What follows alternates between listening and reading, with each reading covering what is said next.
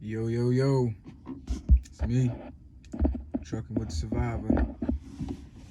Um, it's hard to keep up with what I said I was gonna do. I said I was gonna try to upload a video every week, but we've been pumping out here. Like it's been busy. So we're just driving and sleeping, driving and sleeping. So it's been pretty hard to get a video uploaded every week. But I will do my best. Um, I will get better. Things will get better. Yeah, so pretty much this video is like the week one TNT, although I'm almost in week 3. So I'm a little bit behind, but this is the week 1 update of TNT. Now, week 1 I had 3,343 miles, but that's just counting my that's just off my settlement. So I didn't get with my TNT trainer until Saturday. That Saturday. So those miles are just from Saturday, Sunday, Monday, Tuesday, Wednesday, pretty much. Not counting the Friday, Thursday, Wednesday before I got with him. So yeah, those are just those miles from Saturday to Wednesday, that following Wednesday. I said 3,343 miles. Yeah, this TNT, I'm liking it. I'm liking Flatbed. It's where it's at. Flatbed gang, gang, gang, gang. I'm really liking Flatbed. Don't get me wrong, you gotta deal with the elements. It's hard work. You're gonna get dirty. You're gonna sweat. You're gonna do all that. But I think at the end of the day, I like the challenge. I didn't go reefer or tanker or drive van or anything like that because I just didn't want to be backing into a dock. Not saying anything bad about the reefer guys and the box guys, but I just didn't want to do that. I just didn't want to be bumping docks and having to sit, wait to be unloaded and loaded, whatnot. All the places I've been to thus far has been construction sites, new building sites, like my PSD trainer call it, in a while. This is really in a while. We hit a place in Mount Vernon or Vermont that was so far in the boondocks, like I didn't have any cell service or nothing. It was a lumber plant, and yeah, it was pretty interesting. But just real quick, like I said, I'm trying to keep this video short. I don't have all the flashy intros and music and all that stuff that some people have. I would like to have it, so you guys watch this video. If you got some pointers on what to use, what kind of apps I can edit my stuff with, definitely give me a heads up about it. Next, I'm just gonna go through the places I've been. I'm keeping a tab. I'll do this my whole entire TNT. I think it's a good idea. Kind of keeping like a tab of my trips and just basic information. My shipper, my receiver names, the city and states that they're in, the weight of the load, and what material I hauled from that location. My thought process behind it is, once I gather all this information and have it all pretty much written down, once I'm on my own, once I finish and complete TNT, I'm pretty sure that I'll hit some of these places, solo.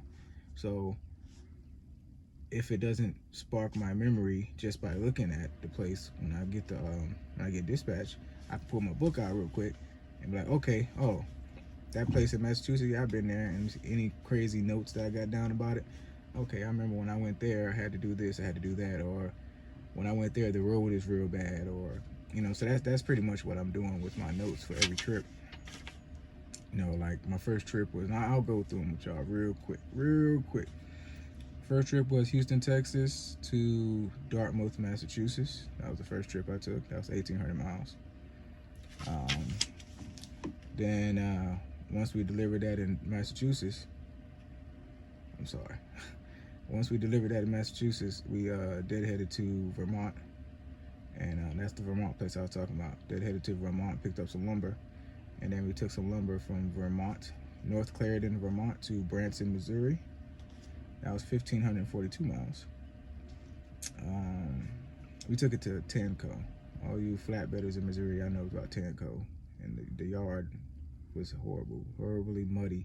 Like, for instance, and on that particular trip in my book, I put Tanco yard is horrible.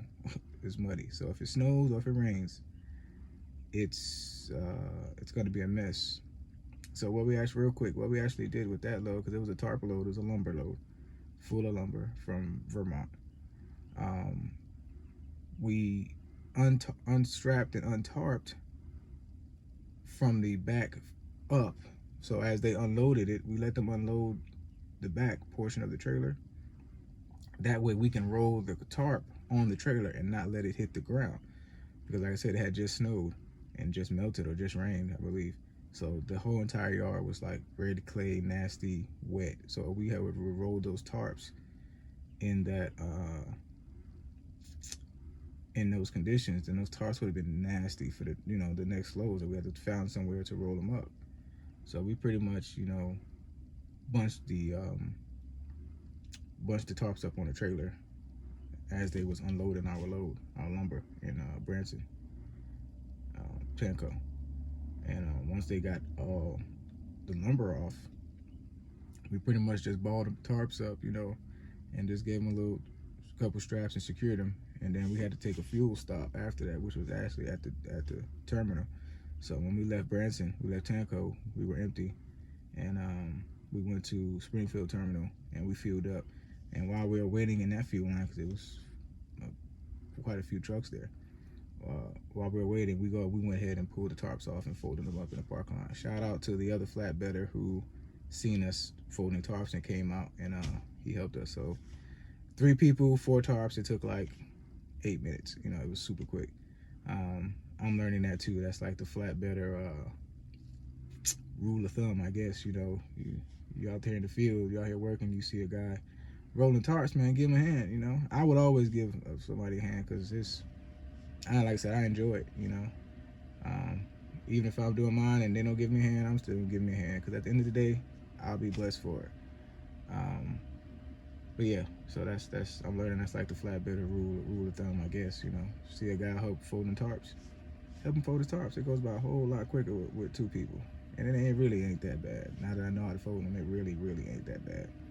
By myself, I can fold the tarp, a lumber tarp, in probably, I'm sure it's less than 5 minutes. I'm sure, and the steel tarp is even smaller, so that really doesn't take that long. But yeah, moving on. I'm rambling.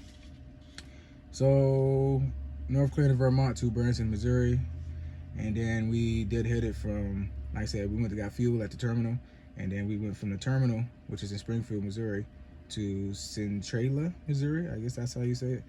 Centralia, Missouri, and we picked up some galvanized building material. Then we took that to Millstone Township, New Jersey. So that was 1,290 miles.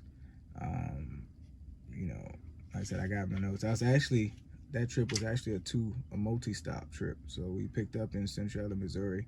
We dropped in Pennsylvania first, and then we dropped in New Jersey next. So our 01 was in Missouri, Centralia, Missouri. Our 02 was in Pennsylvania, and our 90 was in New Jersey. So like I said, that was 1,290 pounds. And then from New Jersey, we dead-headed to Philly, which wasn't too far. I think it was like, I don't know how many miles it was, but it wasn't too far. And this was the load. So we dead-headed from Philly, and we went to Miami. So from Philly to Miami, it's another 1,232 miles awesome time in Miami. That was a Friday load for us, so Flatbedders, you know what that means. That was a Friday load, so we got down there pretty much in the day. We left Saturday, got down there in the day.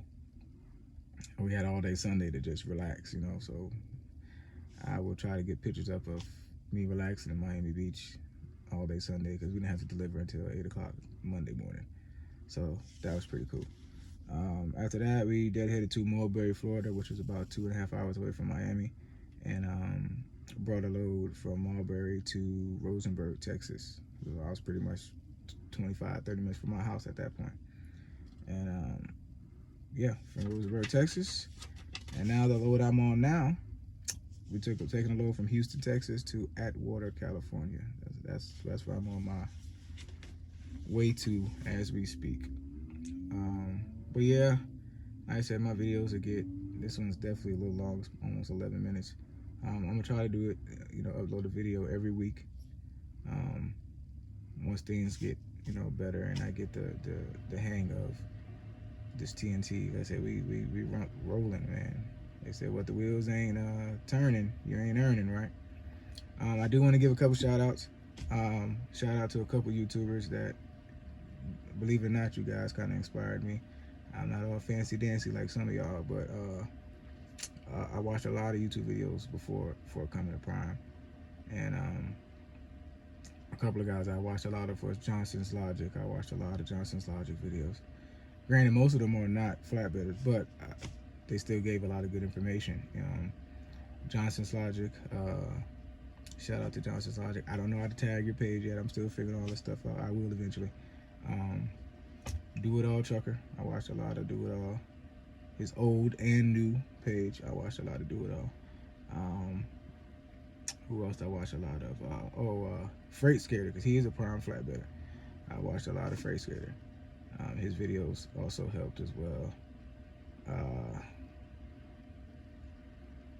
Travis Kinley. I watched a lot of Travis Kinley. He's a more comic relief for me, but those few people are the people who I've watched most of their videos of. And there's a few more. I just can't remember them off the top of my head. I'm a little tired right now. I'm currently in almost a little bit past San Antonio right now. Just taking a little break. But yeah, this video's definitely long enough, and we're gonna keep on moving. We're gonna keep on making money. We're gonna keep on staying safe. So until next time, survive life and survive trucking. Peace.